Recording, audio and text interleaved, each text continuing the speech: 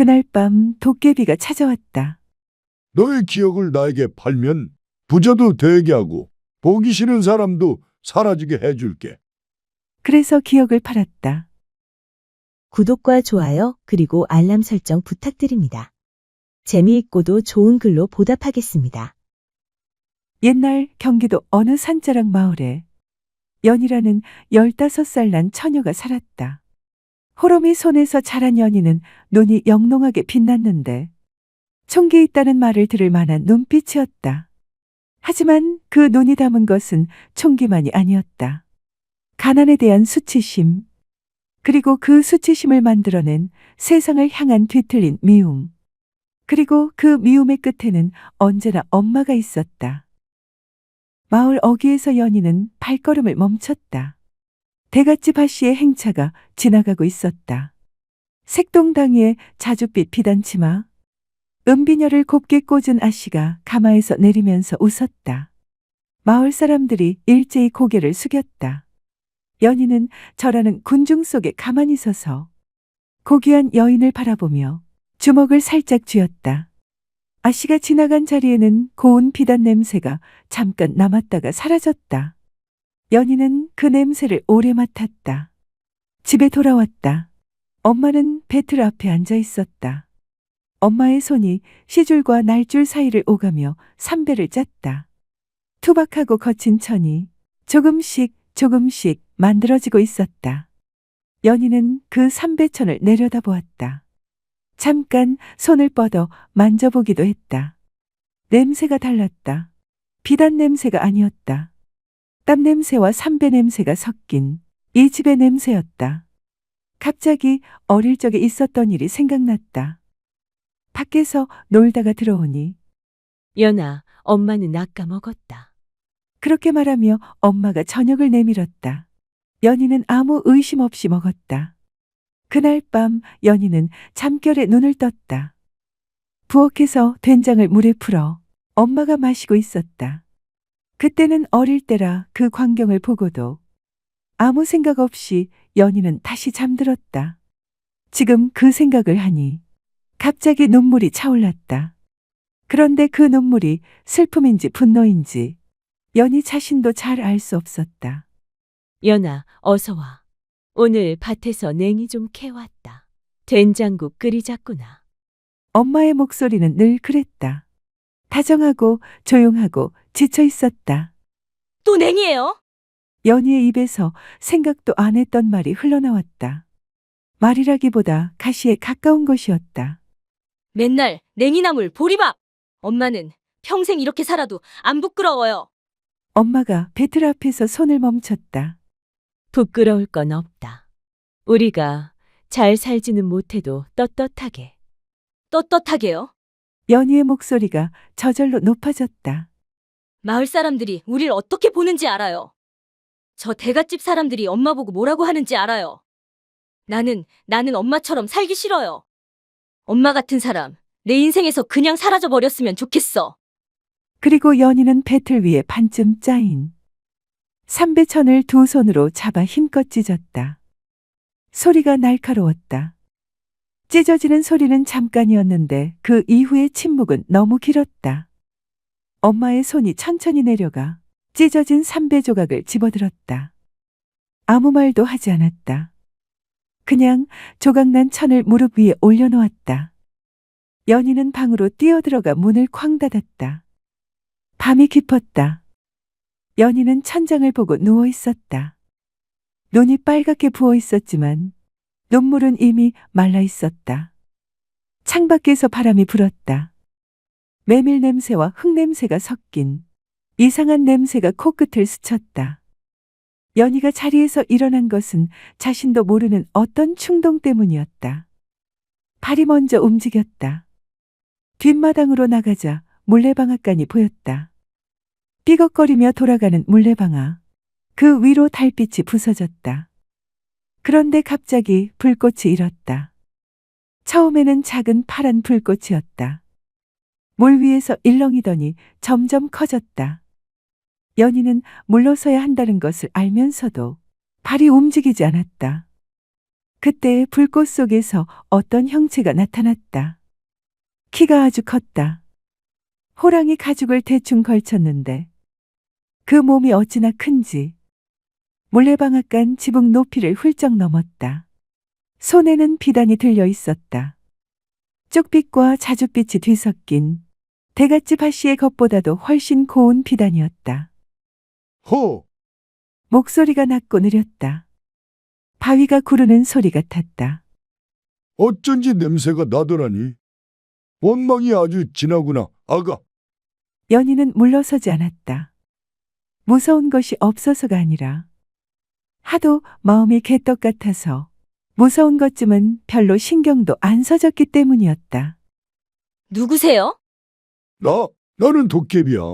그리고 그냥 거래하는 걸 좋아하는 도깨비지. 도깨비가 비단을 살짝 펼쳐 보였다. 달빛 아래서 비단이 빛났다. 자, 봐라. 이 비단 보이지? 이 나라 어느 배틀에서도 짤 수 없는 물건이다. 내가 가진 나쁜 기억 한 조각을 내놓으면 이걸 주지. 기억이 사라질수록 비단은 더 고와질 거야. 나쁜 기억이요? 그래, 가난했던 기억, 수치스러웠던 기억, 엄마한테 야단 맞은 기억. 그런 기억들은 사라져도 아무 상관없잖아. 연희는 비단에서 눈을 떼지 못했다. 잠시 침묵이 흘렀다. 좋아요. 도깨비가 손가락 하나를 들어 연희의 이마를 툭 건드렸다. 가볍게, 아주 가볍게. 그런데 그 순간 연희의 눈에서 무언가가 빠져나갔다. 눈물처럼, 그러나 눈물보다 더 맑은 빛 한 방울이 흘러나와 비단 속으로 스며들었다. 비단이 한층 눈부시게 빛났다. 연희는 눈을 깜빡였다. 이상하게도 아무렇지 않았다.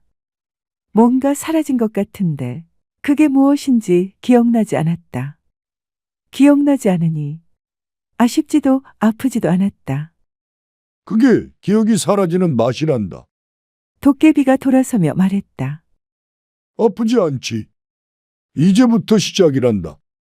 거래는 계속됐다. 기억 한 조각에 비단 한 필, 기억 두 조각에 비단 두 필. 연희는 도깨비에게 받은 비단으로 옷을 지어 입었다. 마을 아씨들 것보다 훨씬 고운 색이었다. 지나가던 사람들이 입술을 해벌리고는 연희를 바라보았다.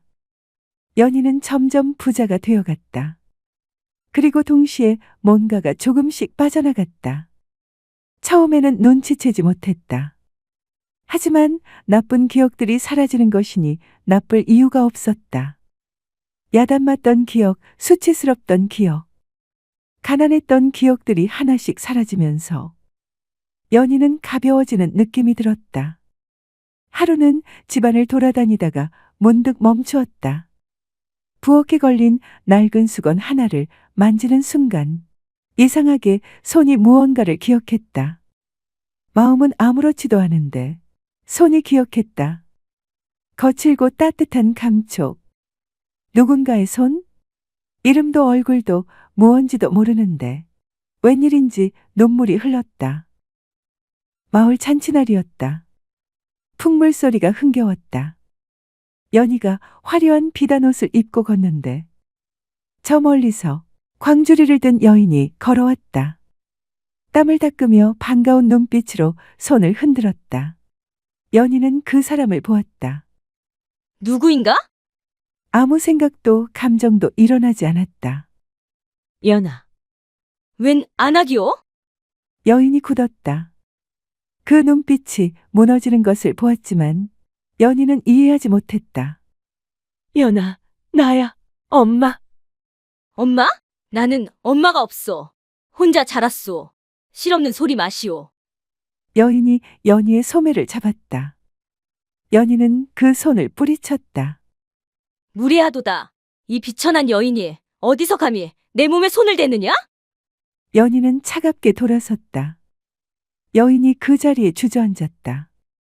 광주리가 기울어지며 냉이가 길바닥에 쏟아졌다. 풍물 소리가 멀리서 계속 들렸다. 여인은 아주 작은 소리로 말했다. 연아, 밤이 되었다. 엄마는 찢어진 삼배천 조각을 가슴에 안고 앉아 있었다. 호롱불이 흔들렸다. 연희가 이 삼배천을 찢던 날의 기억이 선명했다. 소리도 기억도 선명했다. 그리고 그날 이후 연희의 눈빛이 변해가던 것도, 오늘 마을잔치에서 있었던 일도 엄마는 알았다. 딸이 변한 게 아니었다. 딸이 무언가를 빼앗긴 거였다. 그리고 그게 어디로 갔는지도 알았다. 엄마는 찢어진 삼배 조각을 접어 품에 넣고 일어섰다. 마을 사람들에게 묻고 또 물었다. 산속 깊이 들어가면 도깨비가 사는 굴이 있다고 했다. 메밀 냄새가 나는 곳, 밤에만 불꽃이 보이는 곳이라고 했다. 엄마는 그리로 가는 방법을 마침내 알아냈다. 이튿날 새벽 안개가 낮게 깔렸다. 엄마는 혼자 숲으로 들어갔다. 가시덤불이 발목을 긁었지만 멈추지 않았다. 이슬에 젖은 풀잎이 발을 적셨다. 새도 울지 않는 숲이었다. 도깨비 굴 앞에서 도깨비가 커다란 바위에 걸터 앉아 메밀묵을 먹고 있었다. 새벽빛 속에서도 금빛 눈이 번들거렸다. 헛! 도깨비가 코를 킁킁거렸다. 원망 냄새도 아니고 슬픔 냄새도 아닌데 이건 무슨 냄새지? 엄마를 보고 도깨비가 눈을 가늘게 떴다. 어라, 그 아이의 어미로구나. 내 딸의 기억을 돌려주시오. 엄마의 목소리가 떨렸다. 돌려달라고. 거래는 합법적으로 성립됐어. 어이가 제 스스로 팔았다고. 내가 강제한 것도 아니고 그냥 돌려줄 이유가 없잖아. 그럼 내가 뭔가를 걸겠소. 내기 좋지. 도깨비가 관심 있다는 듯 눈을 치켜 올렸다. 단판 승부로 씨름 시합을 합시다. 침묵이 흘렀다. 당신과 씨름에서 내가 이기면 딸의 기억을 돌려주시오. 내가 지면 내 영혼을 가져가시오. 자식이 그렇게 됐는데 내가 살아서 무엇하겠소. 도깨비가 먹던 메밀묵을 내려놓았다. 그리고 박장대소했다. 하하하하. 그 가냘픈 몸으로 나랑 씨름을? 도깨비가 웃음을 거두고 진지하게 엄마를 바라보았다. 좋아. 재밌겠다. 넌 내가 이기면 내 영혼만이 아니라 딸의 것까지 영혼이 내 거야. 엄마는 눈 하나 깜짝하지 않았다. 받아들이겠소. 산정상은 넓고 고요했다. 보름달이 크고 밝아서 달빛만으로도 서로의 얼굴이 훤히 보였다. 엄마와 도깨비가 마주섰다. 엄마가 삿발을 잡았다. 손이 도깨비의 허리에도 닿지 않을 것 같았지만 잡았다. 싸움이 시작됐다. 도깨비가 엄마를 들어 올리려 했다. 엄마는 버텼다. 온몸의 힘을 발바닥으로 내리눌러 땅을 잡았다. 버티고 또 버텼다. 그런데 도깨비의 오른쪽 발은 밟을 때마다 묵직하고 단단한 소리가 났다. 하지만 왼쪽 팔은 달랐다. 둔탁하고 비어있는 소리, 뼈와 근육이 내는 소리가 아니었다. 옛말이 떠올랐다. 도깨비는 왼쪽 다리가 나무로 되어 있어. 왼쪽으로는 잘 넘어지지만 오른쪽으로는 거의 넘어지지 않는다고. 그러니 도깨비를 이기려면 힘이 아니라 꾀가 필요하다고. 엄마는 온몸을 던졌다.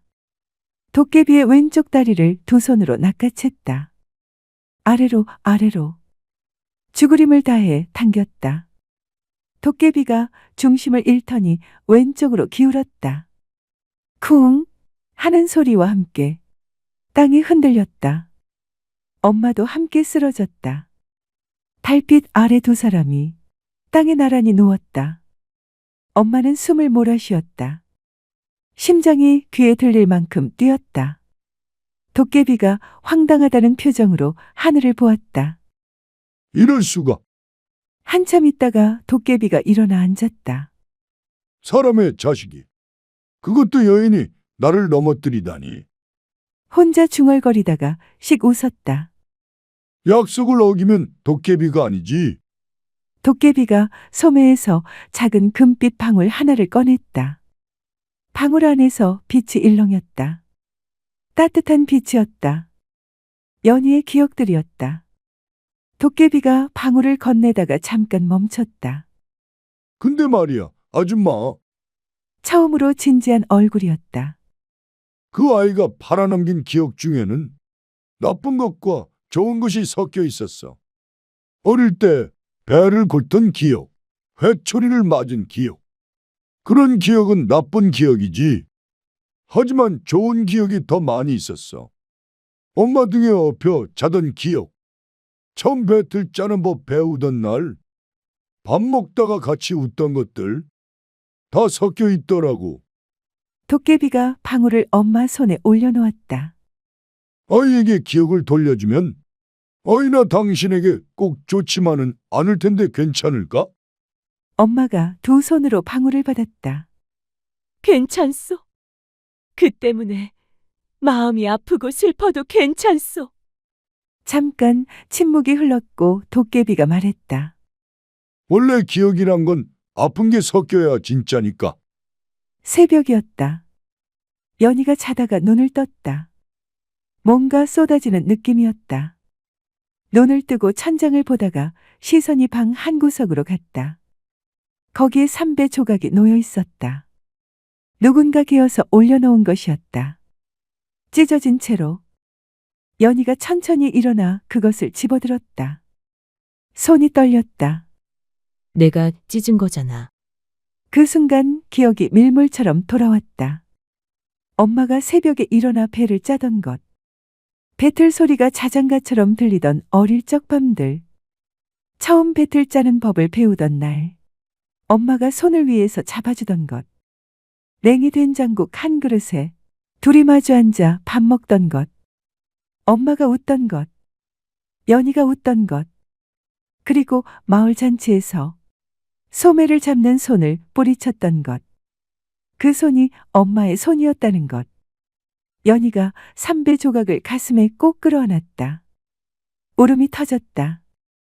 부엌에서 소리가 났다. 아침밥을 짓는 소리였다. 메밀묵 끓이는 냄새와 보리밥 뜸 드는 냄새가 섞여서 났다. 연희가 달려갔다.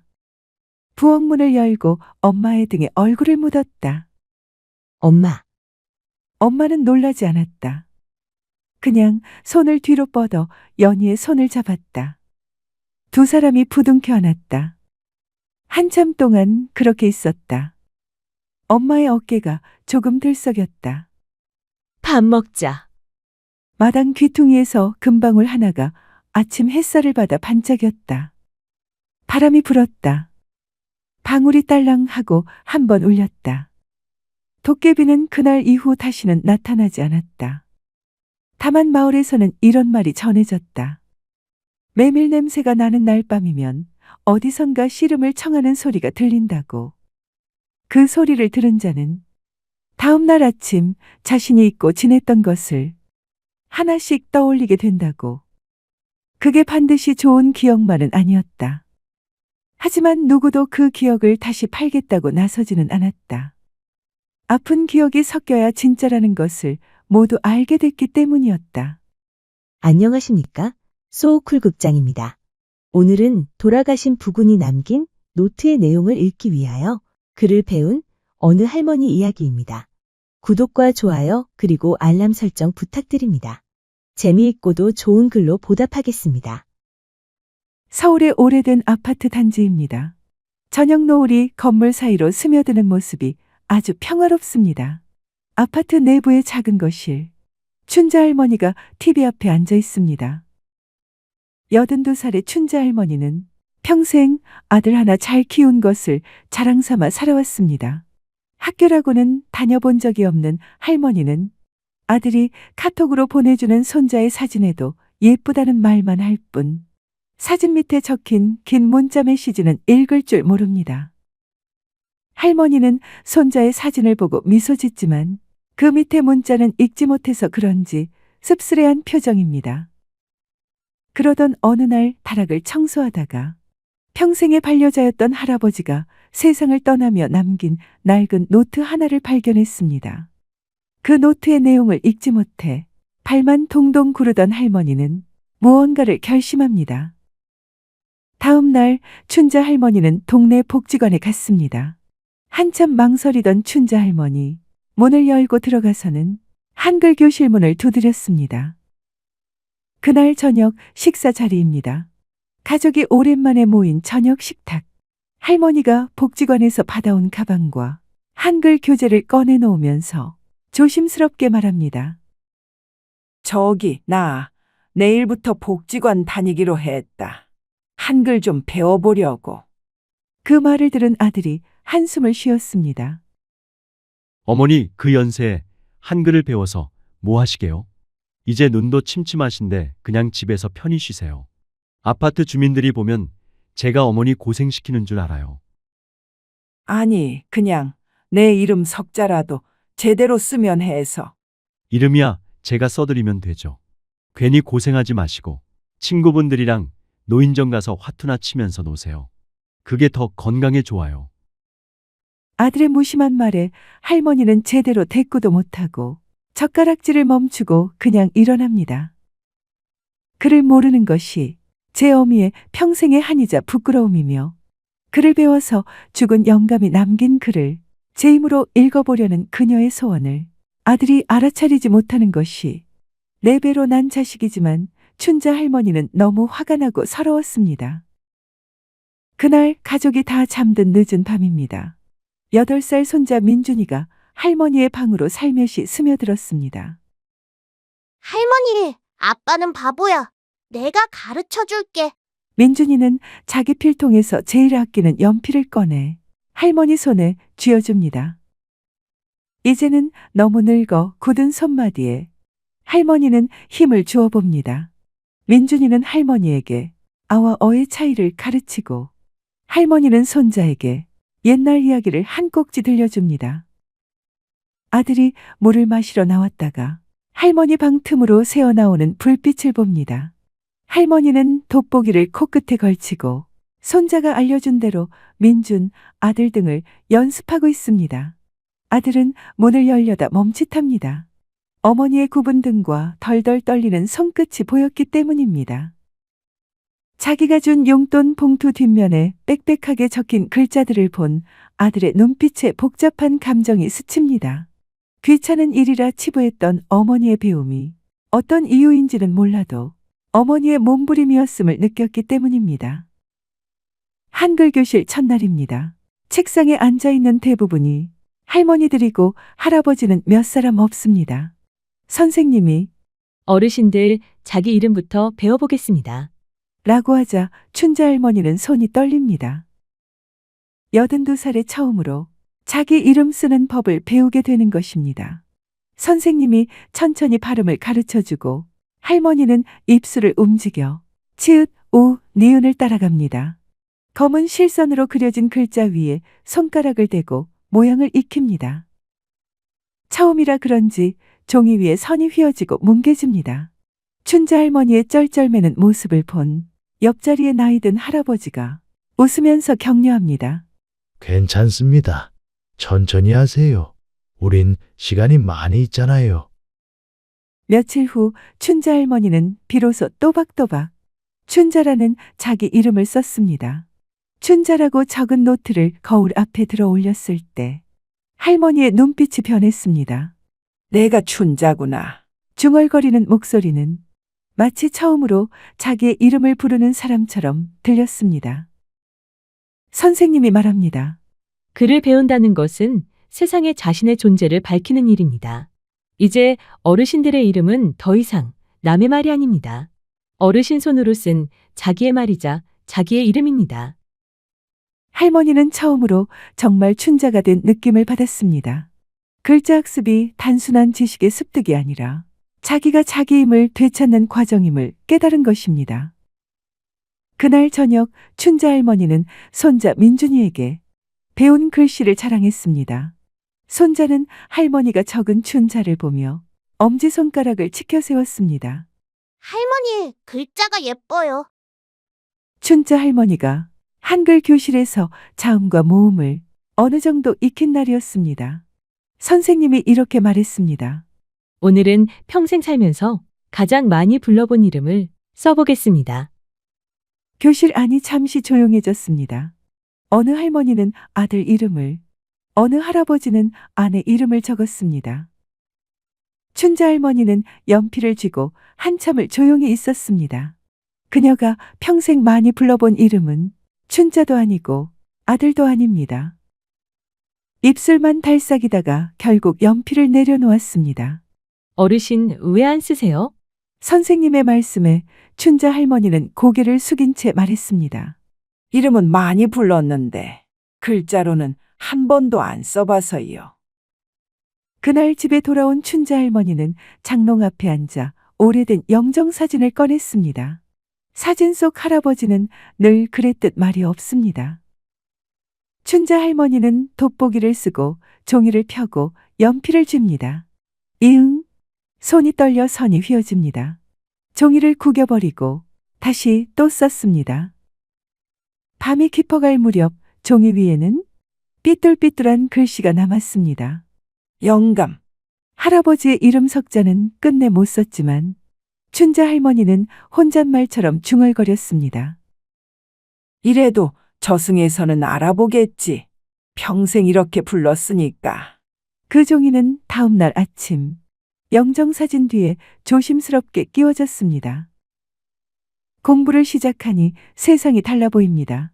길거리 간판이 말을 걸기 시작하고 아들의 이름 석자가 꽃처럼 보입니다. 지하철도 마음 놓고 탈 수 있습니다.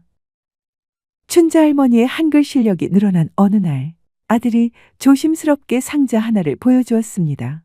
어머니, 다락에서 물건을 정리하다가 찾았어요. 아버지가 남긴 것 같은데요.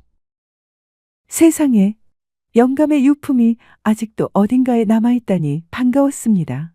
상자 안에는 할머니가 평생 몰랐던 할아버지의 흔적이 들어있었습니다. 그를 모르는 아내를 대신해 남편이 평생 모아온 자식들의 통지표, 며느리의 첫 편지, 며느리가 처음 인사 왔을 때 받은 용돈 봉투 등등. 상자 속에는 낡은 노트 여러 권이 있었습니다. 표지는 색이 바랬고 모서리는 헝클어져 있었습니다. 할머니가 돋보기를 쓰고 첫 페이지를 펼쳤습니다. 춘자야, 고생했다. 영감의 글씨는 서툴고 지저분했습니다. 마치 누군가 다른 언어로 처음 글씨를 배우는 사람처럼요. 춘자야, 밥은 잘 먹었니? 다음 페이지, 같은 문장입니다. 춘자야, 오늘도 수고했다. 그 다음, 춘자야, 너를 사랑한다. 할머니는 한 페이지를 넘깁니다. 또 같은 내용, 또 다음, 페이지마다 날짜가 적혀 있습니다. 수십 년에 걸쳐 할아버지가 매일 써 내려간 말들입니다. 아들아, 이게 언제부터? 처음 페이지 날짜를 보세요. 할머니가 노트를 펼칩니다. 맨 첫 페이지, 날짜는 신혼 초기입니다. 그제야 할머니는 깨닫습니다. 할아버지가 이 노트를 매일 썼다는 것은 아내인 자신이 그를 읽을 수 없다는 것을 알고 있었다는 뜻이고, 그래서 언젠가 자신이 글자 배우기를 기다렸다는 뜻이라는 것을. 손이 떨렸습니다. 계속 페이지를 넘겼습니다. 노트의 마지막 페이지, 영감의 손글씨는 더욱 흔들립니다. 더 이상 쓰기 어려웠던 시간이 느껴집니다. 춘자야, 고생했다. 고맙다. 사랑한다. 할머니는 그 노트를 가슴에 안습니다. 아들은 어머니의 울음소리를 듣습니다. 하지만 이건 슬픈 울음이 아니라 사랑을 비로소 읽은 사람의 환희의 울음입니다. 그날 밤 할머니는 그 노트들을 정성스럽게 정리합니다. 그리고 자기의 손으로 새 노트의 첫 페이지에 글자를 씁니다. 손글씨는 여전히 삐뚤삐뚤합니다. 영감아, 이제 나도 읽을 수 있다. 며칠 후 춘자 할머니는 용기를 내어 아들에게 카톡을 보냈습니다. 1시간 동안 돋보기를 쓰고 자판을 눌러 문자를 보냈습니다. 아들, 아프지 마라. 밥 먹어라. 하지만 맞춤법이 틀려 아프지 마라가 아프지 마라, 밥 먹어라가 밥 먹어라가 됩니다. 아들은 회사에서 그 메시지를 보고 멍해집니다.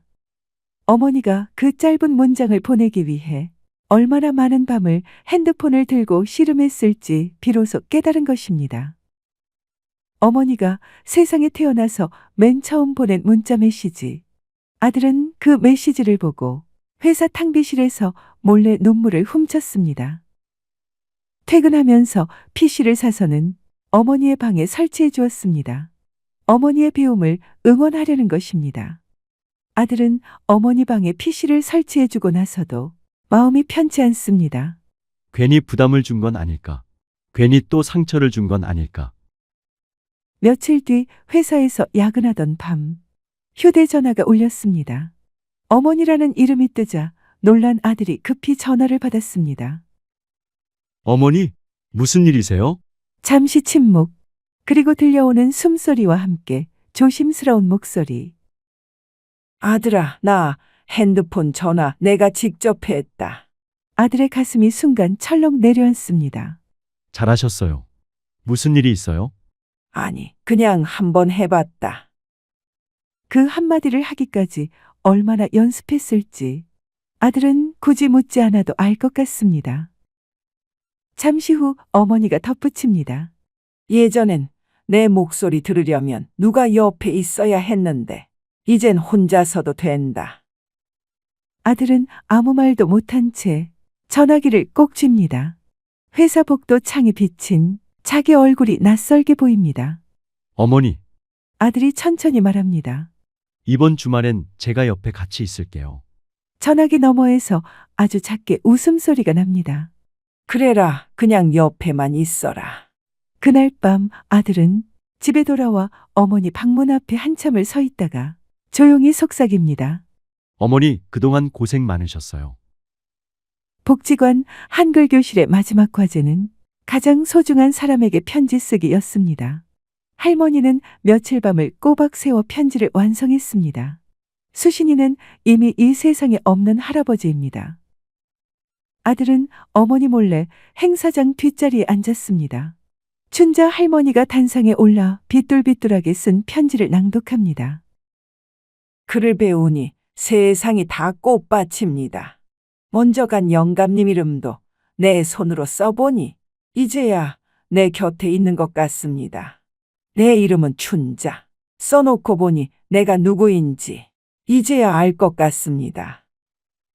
아들은 그 투박한 글씨체가 세상 그 어떤 명필보다 아름답다는 것을 깨달으며 어머니의 주름진 손을 단단히 맞잡았습니다.